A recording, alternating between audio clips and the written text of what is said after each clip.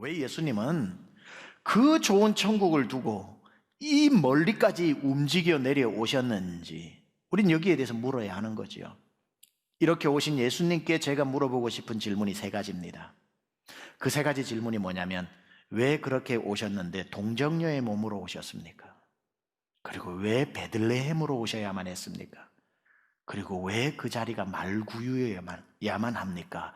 라고 하는 이 세 가지 질문을 가지고 오늘 제목이 예수님 왜 그곳입니까? 라는 제목으로 말씀 이어가겠습니다. 첫 번째 우리의 질문, 예수님 왜 동정녀의 몸에서 오셨습니까? 창세기 3장 15절에 이렇게 나옵니다. 내가 너로 여자와 원수가 되게 하고 내 후손도 누구와?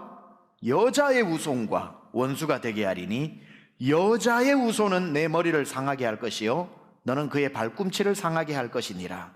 여기에 오실 메시아는 남자 없이 여자의 몸으로만 온다, 여자의 후손으로만 온다라고 예언되어졌기 때문에 예수님이 마리아의 몸으로 오신 거지요. 아버지 요셉을 통하지 않고. 자, 그렇다면 또 한 가지 질문이 나옵니다. 그럼 여자의 후손인데 그러면은 아이를 10명 낳은 아줌마의 몸에서도 와도 여자의 몸을 입고 온 거고, 경수가 끊어진 할머니의 몸을 입고 와도 여자의 몸을 입고 온 것인데 왜 동정녀, 남자를 알지 못하는 동정녀 virgin에서 나오는 겁니까? 이것도 예언을 따라서 오신 것인데 그냥 여자가 아니라 처녀의 몸에서 온다라고 예언이 되어져 있죠. 이 두 가지 예언을 합쳐보면은 여자의 후손으로 오시는데 메시아는 그 여자의 후손인데 그 여자는 처녀여야 한다. 그래서 동정녀의 몸을 입고 오셨다는 거죠. 그렇다면 왜 남자 없이 여자의 몸을 통해서만 오셔야 합니까? 왜 마리아의 몸을 통해서만 오셔야 합니까? 여기에서 많은 사람들이 잘못된 해석을 내놓습니다. 무슨 해석을 내놓냐면 남자의 피를 받지 않아야 죄가 유전되지 않는다, 이렇게 얘기하는 사람이 있습니다. 만약에 아버지의 몸을 입었다면 예수님도 죄가 유전되어졌을 거라고 얘기하는데 완전히 잘못된 해석입니다. 남자의 몸을 입지 않아야 죄가 유전되지 않는다면 이게 왜 잘못됐냐면 남자 몸은 죄가 있고 여자 몸은 죄가 없습니까?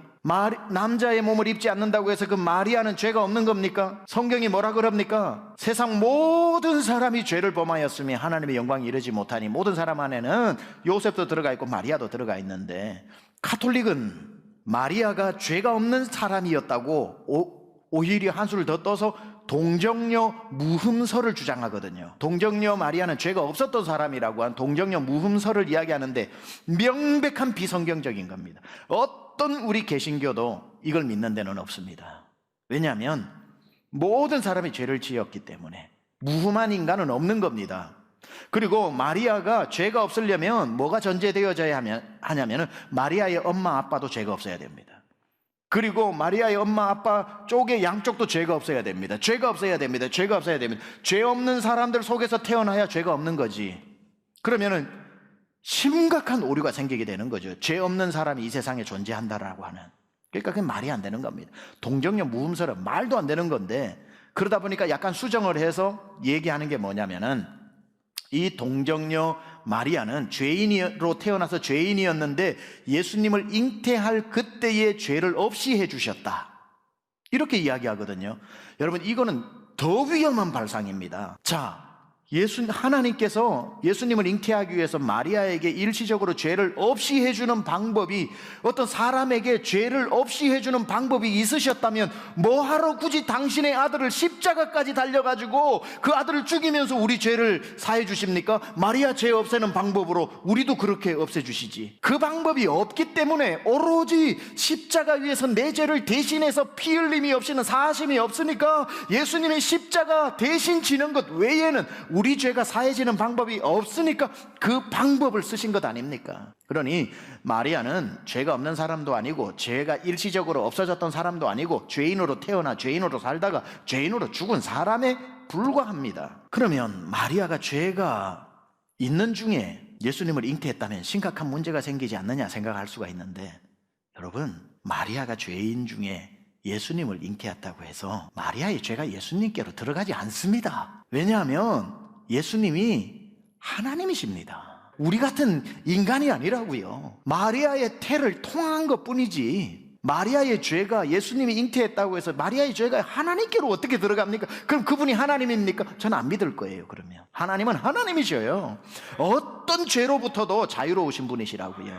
그럼 왜 동정녀의 몸을 입고 태어났냐면 통로가 필요했기 때문이지요. 남자의 몸을 여자와의 관계 속에서 태어날 필요 없이 이 태에 하나님이 잉태하는 방법을 가지고 계셨기 때문에 성령으로 인치셨다고 그랬죠.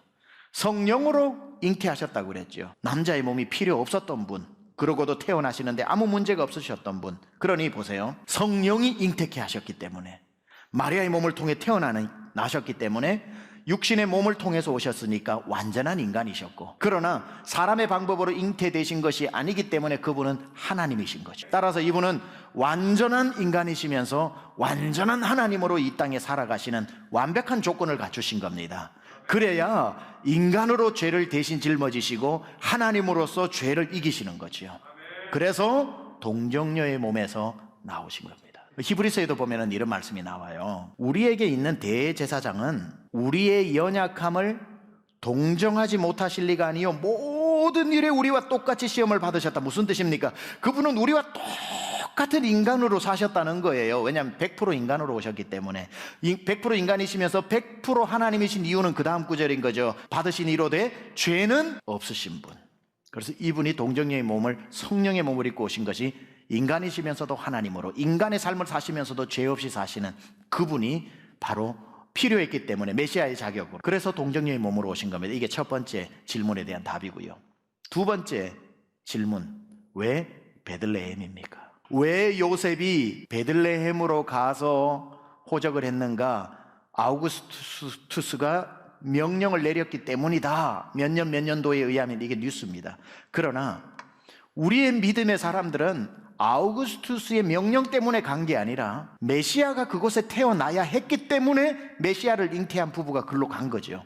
하나님이 아우구스투스를 움직여서 요셉의 부부로 하여금 그곳으로 가게 하신 거죠. 이게 믿음의 사람이 보는 역사적인 해석입니다.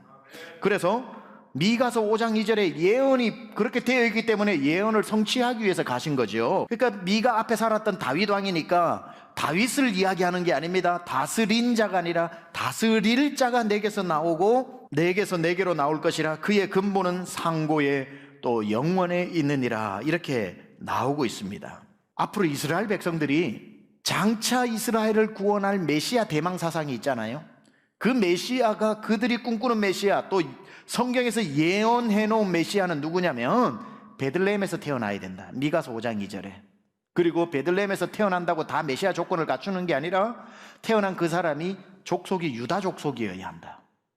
자, 유다 족속 중에서도 이 아들이 있어서 수많은 사람들이 존재할 것 아닙니까? 그 중에 유다 족속 중에도 다윗 집안에서 태어나야 한다. 이거예요. 유다 족속이면서도 그 중에 하나인 다윗 족속 중에 하나가 베들레헴에서 태어나는 사람이 메시아가 될 것이다. 이것이 예언이기 때문에 하나님이 역사를 움직여 요셉과 마리아를 베들레헴의 임신 기간에 맞추어 가게 하신 겁니다.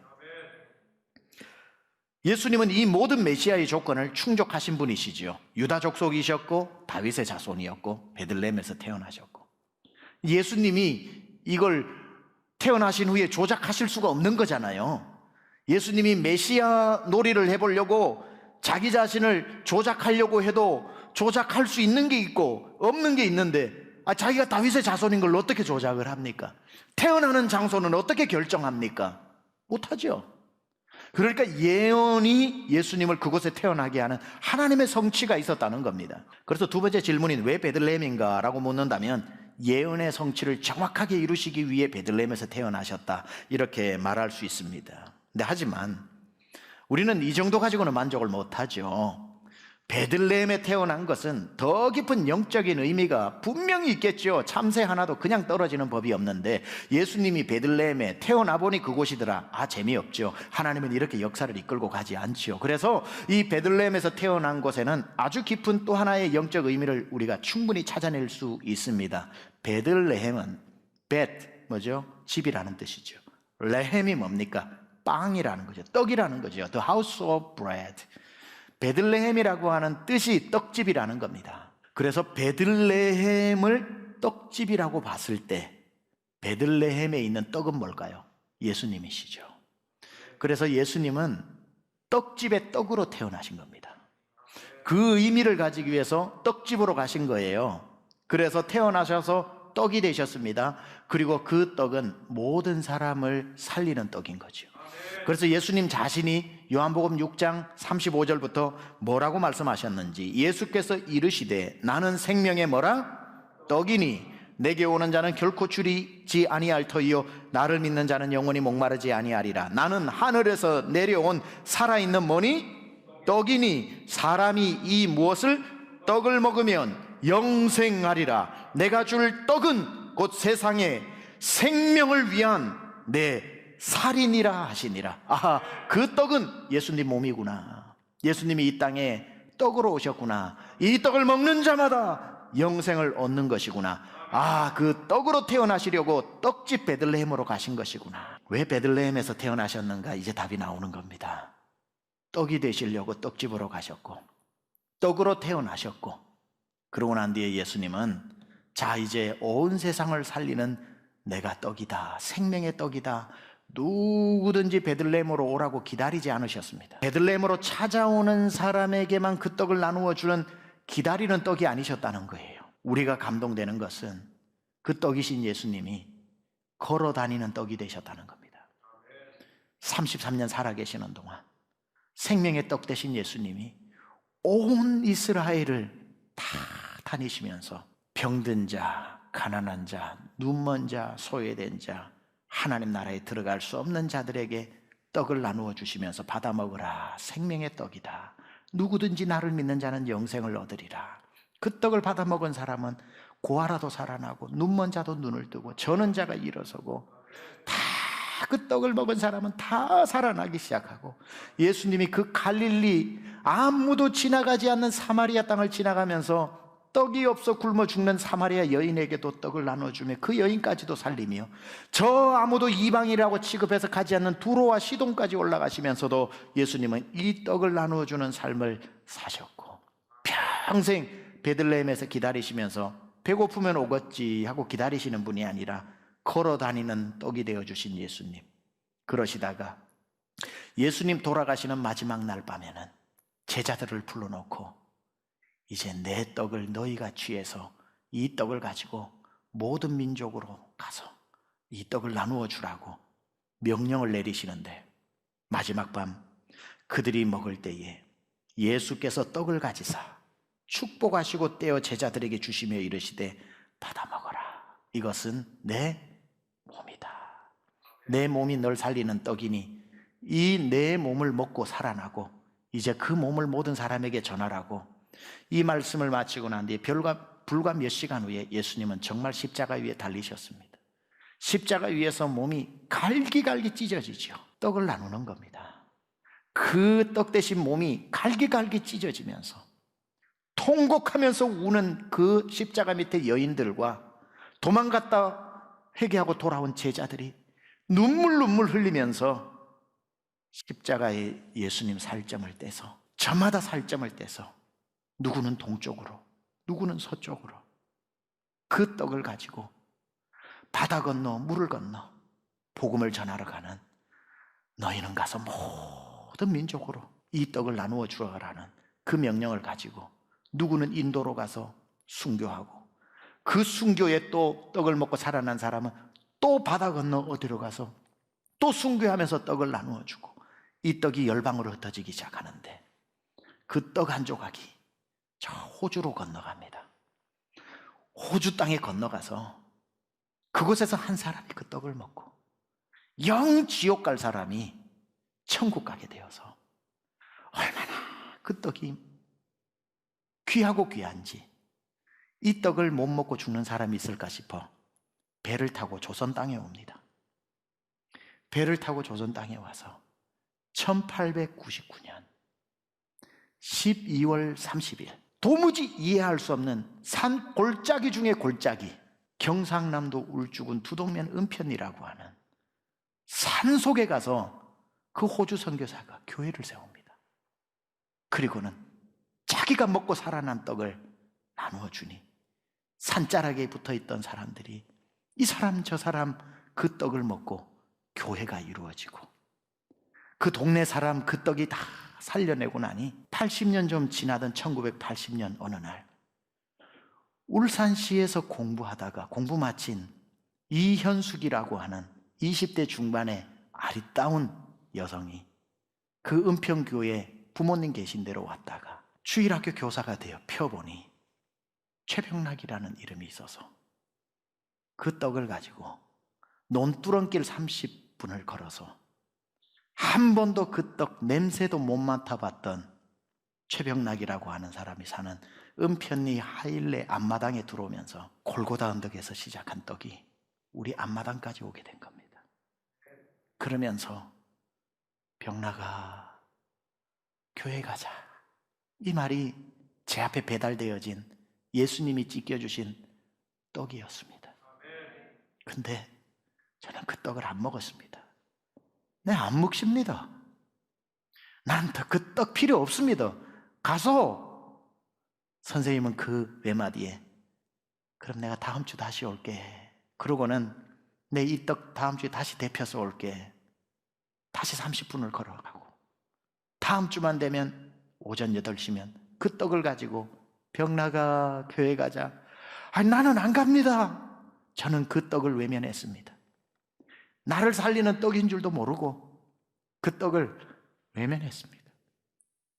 선생님은 또 돌아가고 또 오기를 몇 개월을 그렇게 떡을 가지고 우리 집 앞마당에 왔는데 나란히 이제 그 시간만 되면 뒷산으로 도망가서 내 떡 안 먹습니다. 소나무 위에 올라가서도 나는 그 떡 안 먹습니다. 그 떡을 도망다니면서 중학교 2학년이 되었을 때 바란산 수양관, 그 또 산골짜기에 있는 바란산 수양관에 수련회로 갔다가 그 양수전 교회 한종관 담임 전도사님이 그날 밤에 또 떡을 먹으라고 하시더군요. 너 이 떡을 먹어야 천국 가고 너 이 떡 안 먹고 외면하다가 지옥 간다. 네 오늘 먹을래 안 먹을래? 제 앞에 떡을 들이대고 이 떡을 먹어야 천국 간다고 하는데 그렇게 외면했던 떡, 그렇게 먹고 싶지 않았던 떡을 그 밤에는 그 떡이 먹고 싶더라고요. 내가 이 떡이 먹고 싶다. 내가 이 떡을 먹어야 되겠다. 불 끄고 난 뒤에 오늘 이 떡 먹어야 된다. 이 떡을 달라고 해라. 마치 이 떡이 내 앞에서 지나가면 다시 안 올 것 같아서 제가 하나님 앞에 하나님이 이 떡을 내게 주세요. 하나님이 이 떡을 먹고 싶어요. 하나님이 이 떡이 내 앞에서 지나가지 않게 해주세요.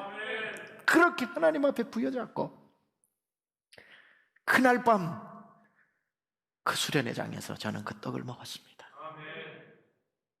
먹고 나니 이게 내 영혼이 살아나는 얼마나 기쁨이 밀려오는지, 그날 먹었던 그 떡이 지금 이 순간까지도 저의 영적 허기가 찾아오지 않고 그 한 번 먹은 떡은 영원히 저의 영혼을 배불리게 만들기에 넉넉한 떡이었습니다.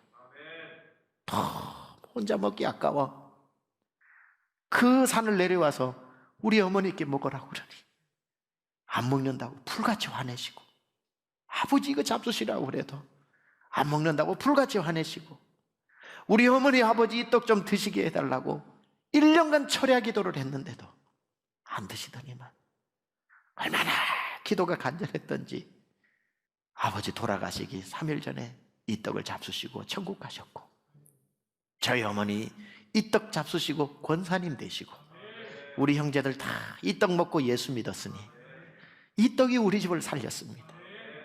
유학을 가서 공부를 하면서 하나님이 저보고 이 떡을 나누어 주라더군요. 교회를 개척하고 이민생활 말도 할 수 없이 힘들어하는 그분들에게 예수님 떡 잡수세요. 예수님 떡 먹어야 삽니다. 비록 세상에 우리 나그네와 이방인으로 미국 와서 이렇게 고단하게 살지만 이 떡이면 됩니다.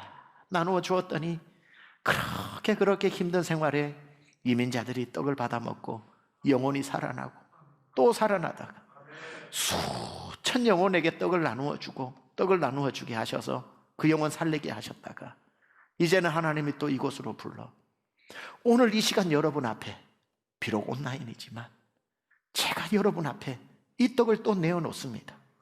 지금 여러분 앞에 생명의 떡이 배달되었습니다.